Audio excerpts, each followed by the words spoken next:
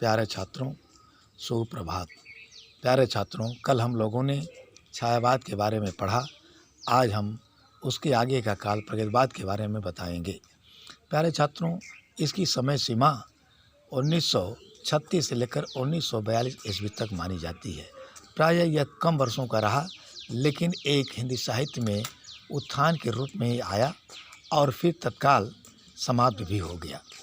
नामकरण के बारे में बता रहा हूँ कि इसका नामकरण इस प्रकार पड़ा कि प्रगति का अर्थ होता है विकास। हमारे भारत देश में 2/3 लोग गरीब, मजदूर, किसान हैं। इनकी प्रगति के साथ ही देश का विकास संभव है। इनकी प्रगति से संबंधित कविताएं लिखना ही प्रगतिवाद के अंतर्गत आता है और इन्हीं को ध्यान में रख करके लिखे गए काव्य को प्रगतिवाद कहते हैं। इसके प्रगतिवाद के आने में 2 कारण सामने आता है। एक तो हमारे देश में जो छायावाद काल चल रहा था वह पूंजीपतियों का साहित्य बनकर रह गया था। उसमें गरीब, मजदूर, किसानों का कोई वर्णन नहीं मिलता था। वे अछूते और उपेक्षित से महसूस कर रहे थे। और उधर विदेशों में रूस में क्रांति हुई, फ्रांस में क्रांति हुई और वहाँ के सरकार को उखाड़ फेंक कर इन लोगों ने मजदूरों, शोषितों का साम्राज्य स्थापित किया। और उधर कार्ल मार्क्स द्वंद्वात्मक भौतिकवाद चला रहा था। उसका सिद्धांत था द्वंद्वात्मक भौतिकवाद, अर्थात संघर्ष करके अपने हक को, अपने अधिकार को प्राप्त करना। तो इस तरह से देश विदेश और अपने देश के बदलते हुए परिवेश को देख करके हिंदी साहित्य में एक नया मोड़ आया, जिसे हम प्रगतिवाद के नाम से जानते हैं।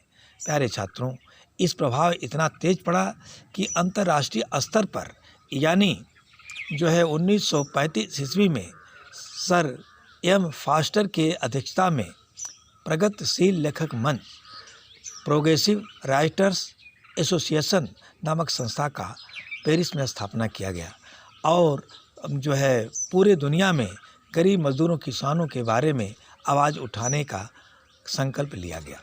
उसी तरह हमारे हिंदी साहित्य में भी, भारतीय साहित्य में भी प्रभाव पड़ा और लखनऊ में सन 1936 ईस्वी में मुल्क राज आनंद और सज्जाद जहीर के प्रयत्न से प्रोग्रेसिव राइटर्स एसोसिएशन की स्थापना हुई, जिसके अध्यक्ष मुंशी प्रेमचंद जी थे।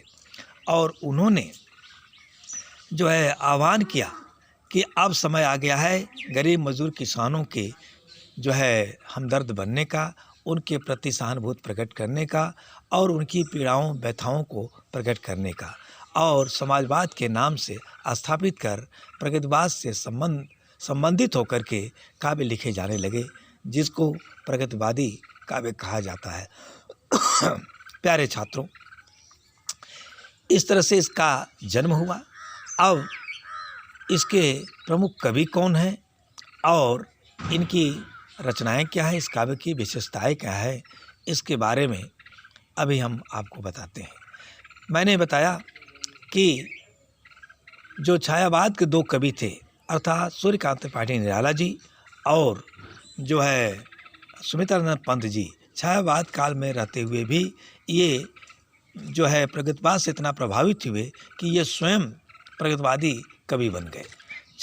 सूर्यकांत त्रिपाठी निराला जी की वह तोड़ती पत्थर, कुकुरमुत्ता, गर्म पकौड़ी, भिक्षुक, ये कविताएं प्रगतिवाद के अंतर्गत मानी जाती हैं। उसी तरह से सुमित्रानंद पंत जी जो छायावादी कवि होते हुए भी वे गरीब, किसानों, मजदूरों का वास्तविक चित्रण किया और प्रगतिवाद के अंतर्गत उन्होंने भी रचनाएं की। उनकी रचनाएं ग्राम्या, स्वर्णधूल, युगान, युगवाणी, ग्राम्या, ये उनकी प्रसिद्ध रचनाएं हैं। इसके बाद छायावाद से संबंधित, प्रगतिवाद से संबंधित अन्य कवि भी हुए, जैसे नरेंद्र शर्मा जी हैं।